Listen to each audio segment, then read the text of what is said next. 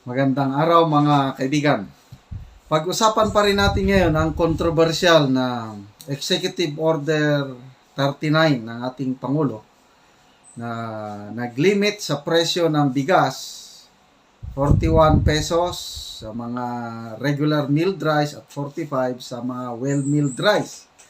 Okay, isang dating DA Secretary ang hindi nakapagpigil sa sarili. Nagpahayag siya ng statement na ang ating gobyerno, meaning mga government agencies, Department of Agriculture, DTI ba, kulang sa tamad, kulang sa consultation, in short, mga lutang, walang malasakit.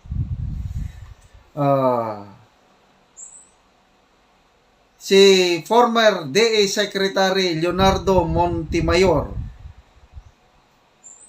nagpahayag na wala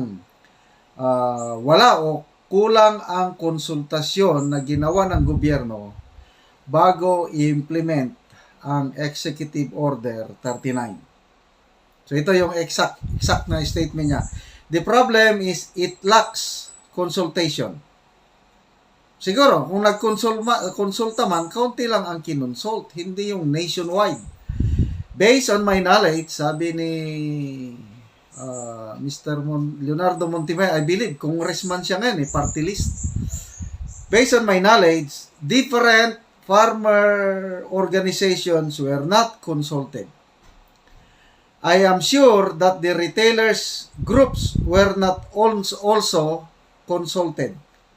Otherwise, they will ask if the cheap rice is already available and if the assistance is already coming. Yon ang kanyang statement. So, ngayon pa lang daw gumagalaw ang mga government agencies. Tapos, according to Mr. Montemayor, wala na. Yung farm gate price ng palay has dropped to 20%. Bumaba na ng husto ang bilihan ng palay. So, ang kawawa, mga farmers. Okay, dagdag na statement ni Mr. Montemayor. Traders will say that they can afford to buy palay at 25 to 28 per kilo as they need to sell rice at 41. So, dati-dati po, ang farm gate price ng palay is umabot na ng 32 nung wala pa ang Executive Order 39. Ngayon, 25 na lang. So, halos 20% ang ibinaba ng presyo. Okay, dagdag ni Mr. Montemayor. Many retailers were complaining of suffering big losses as they bought rice at a higher price. They cannot afford to sell 41 and 45. They will be forced to stop their business. That is according to this former Agriculture Secretary. Okay, so punta na tayo. Ano ang hinaing ng mga rice retailers? Okay, so ito po ang news sa Philippine Star. Rice traders bemoan reklamo daily losses from price cap. Araw-araw na po nalulugi itong mga rice retailers. Okay. Ang lugi nila karamihan 7,000 pesos a day dahil sa Executive Order number 39. So, nagkaroon ng press conference, Philippine Rice Industry Stakeholders Movement, co-founder, and Grains Retailers Confederation of the Philippines National Spokesperson Orly Manuntag. Press conference sila, no? So, yun, ipinahayag nitong spokesperson at co-founder 49,000 pesos lugi nila sa isang linggo dahil 7,000 daily ang kanilang lugi. Okay, sabi ni Mr. Manuntag, a retailer sells at least 20 bags of rice per day. Pinakamababa yun. So, if they are required to sell, they acquired, binili nila, no? Binili nila yung rice 50 per kilo, yung premium. And they sell 45, may lugi sila na 5 pesos per kilo. If you multiply 5 times 50, that is 250 per kaban ang lugi. So, times 20 kabans, that is 5,000 pesos. Okay? You also need to consider rent, labor, and food. Tama na naman. So, agree ako dito. Kaya, kawawa talaga ang mga rice retailers and ultimately farmers sa pangyayaring ito. So, 1 week, 49,000. Magkano naman ang ibibigay na ayuda? Meron namang ayuda, coming pa. 15,000 pesos, one-time ayuda only. Kaya, may napanood akong news ng ANC, ABS-CBN. In-interview yung isang retailer sa Metro Manila. Tumawa siya.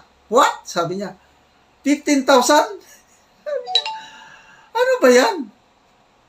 So, napakaliit talaga itong 15,000 pesos na ayuda. So, ito po yung pagpapatunay na hindi po talaga nag-isip, hindi talaga nagplano itong ating gobyerno bago nila i-implement ang executive order. Hindi nila kinompute, hindi sila nagkonsulta. I don't know kung kanino sila nagkonsulta, baka sila lang na gusto lang nilang parang look good na naman siguro. Kagaya nung December, nung tumaas ang presyo ng onion, 700 kilo. Tapos biglang nagbenta ng gobyerno ng 170 per kilo. Anong nangyari?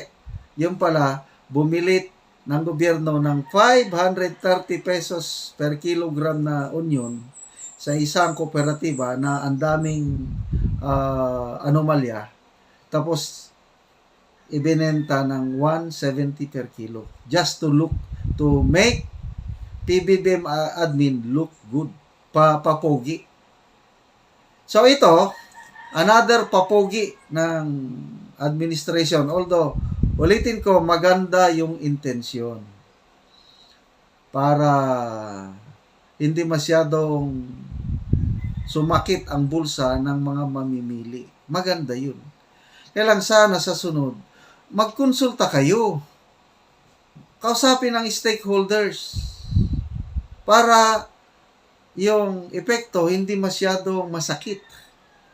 Ngayon, napakasakit, Kuya Eddie, para sa mga rice retailers and eventually farmers. Malulugi na naman ang mga farmers dahil dito. So, ano yung intensyon ng Pangulo? Bakit ayaw pa niyang bitawan ang pagiging DE Secretary? Para daw ma-increase ang income ng mga farmers. O paano ma-increase ang income ng mga farmers ngayon, Mr. President, Mr. DE Secretary? Yung Executive Order 49 mo, magre-resulta sa mababang presyo ng palay. Kaya kawawang mga farmers. So, sana magawa niyo ito ng paraan. I don't know. Sana yung 15,000 pesos na ayuda ng retailers, dagdagan nila. Kasi, kailan daw tatagal itong price cap? Baka abutin po ng 1 month. So, sa isang linggo, 49,000 ang lugi, tapos aabutin ng 1 month, ang laki ng lugi ng mga rice retailers, tapos 15,000 lang ang ayuda. anong klaseng kwan ito? Anong klaseng gobyerno natin? May malasakit ba? Kaya tama po si former Agriculture Secretary Leonardo Montemayor.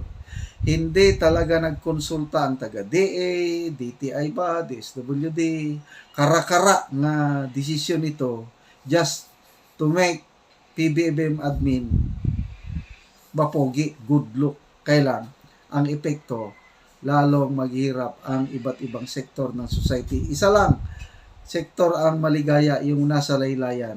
So, salamat naman. At naisip nyo ang kalagayan ng nasa laylayan na makabili na ng 41 pesos na murang bigas. At wag nyo namang pabayaan ang mga farmers at mga retailers.